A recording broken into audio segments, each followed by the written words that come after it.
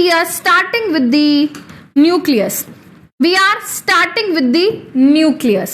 Nucleus के बारे में बेटा यहाँ पे हम पढ़ना शुरू कर रहे हैं। फटाफट से एक बार उसके डिस्कवरी के बारे में याद कर लेते हैं, बात कर लेते हैं। जल्दी से बताएंगे बेटा न्यूक्लियस को किसने डिस्कवर किया था?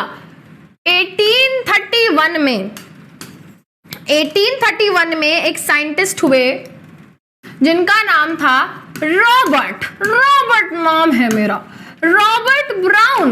ही वॉज अ ब्राउन मुंडा, ब्राउन मुंडे, ओए होए होए ब्राउन मुंडे। तो यहाँ पे ब्राउन मुंडे थे रॉबर्ट ब्राउन। 1831 में इन्होंने सबसे पहले क्या किया? न्यूक्लियस को ऑब्जर्व किया। किसके अंदर? ऑर्किड रूट सेल्स के अंदर। Observed nucleus in orchid root cells. Orchid के जो रूट के सेल्स थे उन्होंने उनको ऑब्जर्व किया था, ठीक है। एंड जब उन्होंने ऑर्किड के रूट सेल्स को ऑब्जर्व किया तो उनको वहां पे क्या दिखाई दिया? उनको वहां पे न्यूक्लियस दिखाई दिया, ठीक है। ब्राउन मुंडा, वेरी गुड, ठीक है। अब न्यूक्लियस जो है भाई बहुत जगह पे आप देखोगे इसको बोला जाता है brain of the cell, brain of the cell. तो भाई brain of the cell word ना यूज करें, ठीक है, क्योंकि brain is actually itself a organ, ठीक है। तो रेफरेंस के लिए हम बोल सकते हैं, ठीक है, बट बेहतर ये होगा कि प्लीज आप यूज करें term controlling centre of the cell. Nucleus जो है वो क्या करता है? पूरे के पूरे सेल को कंट्रोल करता है। तो अगर भाई ये मेरा ये मेरा सेल है, ये सेल का क्या है? न्यूक्लियस है।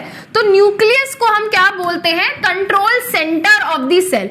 क्यों बोला जाता है इसको control centre of the cell? क्योंकि इसके अंदर प्रेजेंट होता है डीएनए, ठीक है, इसके अंदर प्रेजेंट होता है डीएनए।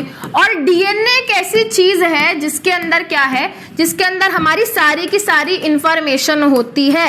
ये क्या है भाई? ये है न्यूक्लियस। और न्यूक्लियस के अंदर ये क्या है? न्यूक्लियस के अंदर ये है डीएनए।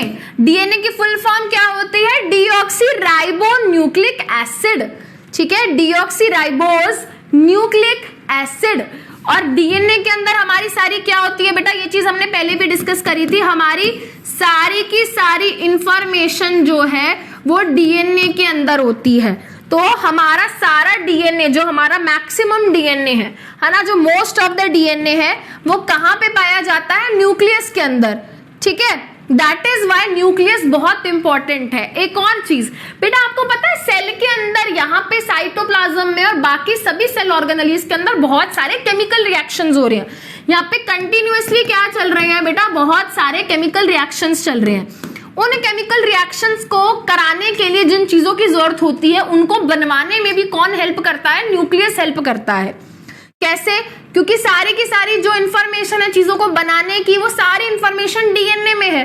तो यानी कि पूरे सेल के अंदर जो भी एक्टिविटीज चल रही है उनको कंट्रोल कौन कर रहा है? डायरेक्टली या इनडायरेक्टली उनको कंट्रोल हमारा न्यूक्लियस कर रहा है। इसीलिए न्यूक्लियस को control centre of the cell या फिर ब्रेन ऑफ द सेल बोल देते हैं। अब अगर हम इसकी बात करें तो शेप कैसी होती है न्यूक्लियस की? न्यूक्लियस स्फेरिकल शेप का भी हो सकता है, न्यूक्लियस इस तरीके से ओवल भी हो सकता है। तो न्यूक्लियस इस तरीके का भी हो सकता है, न्यूक्लियस इस तरीके का भी हो सकता है। रोना नहीं है बैठ गया मेरा तो न्यूक्लियस ओवल बन गया, ठीक है, ऐसा भी हो सकता है, ठीक है। उसके अलावा जनरली प्लीज इस बात को नोट करें, जनरली क्या होता है बेटा? हर सेल के अंदर हमको एक ही न्यूक्लियस देखने को मिलता है। बट इसमें भी क्या है भाई? इसमें भी हमारे पास कुछ क्या है? एक्सेप्शंस हैं। इसमें क्या है?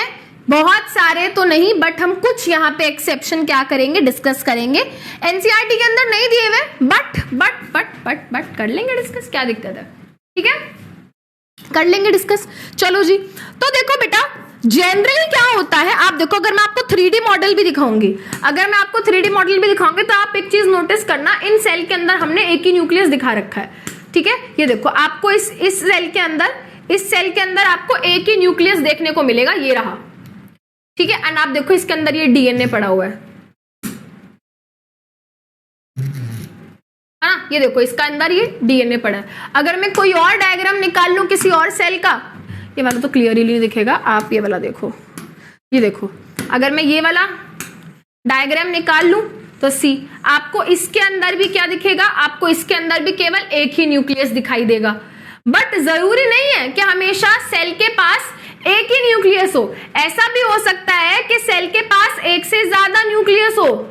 एक से ज्यादा मतलब ऐसा हो सकता है कि मैम 2 न्यूक्लियस हो, यस ऐसा बिल्कुल हो सकता है। हमारे पास एक ऑर्गेनिज्म होता है, उस ऑर्गेनिज्म का नाम होता है पैरामीशियम।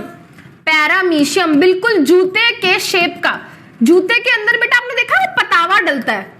आज मैंने जूता नहीं पहना, नहीं तो दिखा देती, चप्पल पहनी है, ठीक है। बट अगर आप देखोगे पैरामीशियम नाम का एक ऑर्गेनिज्म होता है, उसकी शेप कुछ इस तरीके की होती है, ठीक है।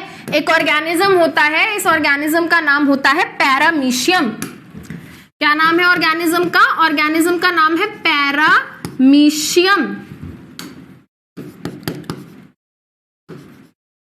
पैरामीशियम के पास 2 न्यूक्लियस होते हैं। इसके एक सिंगल से, ये सिंगल सेल्ड ऑर्गेनिज्म है बेटा, ये एक सिंगल सेल्ड ऑर्गेनिज्म है। अच्छा ये भी नोट डाउन कर लो, क्या है? Unicellular organism. It is a type of unicellular organism. ये एक यूनिसेल्यूलर ऑर्गेनिज्म होता है, यानी कि केवल एक सेल से बना होता है। इसकी खासियत क्या है? इसकी खासियत ये इसके पास 2 न्यूक्लियस होते हैं। एक न्यूक्लियस छोटे साइज का होता है, एक न्यूक्लियस बड़े साइज का होता है। 2 न्यूक्लियस होते हैं इसके पास, 2 न्यूक्लियस होते हैं। जो छोटे वाला न्यूक्लियस है उसको माइक्रो न्यूक्लियस बोलते हैं, और जो बड़े वाला न्यूक्लियस होता है उसको मैक्रो न्यूक्लियस बोलते हैं। उसको मैक्रो न्यूक्लियस बोलते हैं, ठीक है, ठीक है। चलो जी, ठीक है।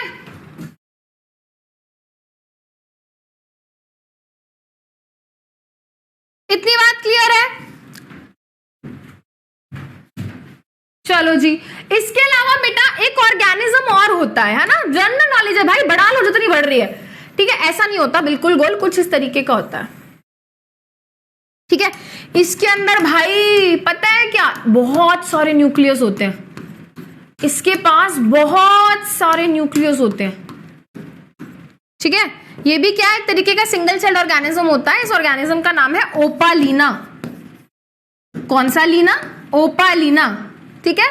ओपालिना के पास बहुत सारे न्यूक्लियस होते हैं, बहुत सारे, मैनी न्यूक्लियस, ठीक है। 100 न्यूक्लियस भी हो सकते हैं। फिर अगर हम बात करें एब्सेंट की, तो भाई ऐसा भी पॉसिबल है क्या कि कोई सेल लिविंग हो और उसके अंदर कोई न्यूक्लियस ना हो? यस, बिल्कुल पॉसिबल है। यहां पे अभी हमने थोड़ी देर पहले उसके बारे में बात भी करी थी। अगर हम प्लांट्स की बात करें, अगर हम प्लांट्स की बात करें तो प्लांट्स के अंदर हो पाए जाते हैं सीव ट्यूब के सेल्स, ठीक है।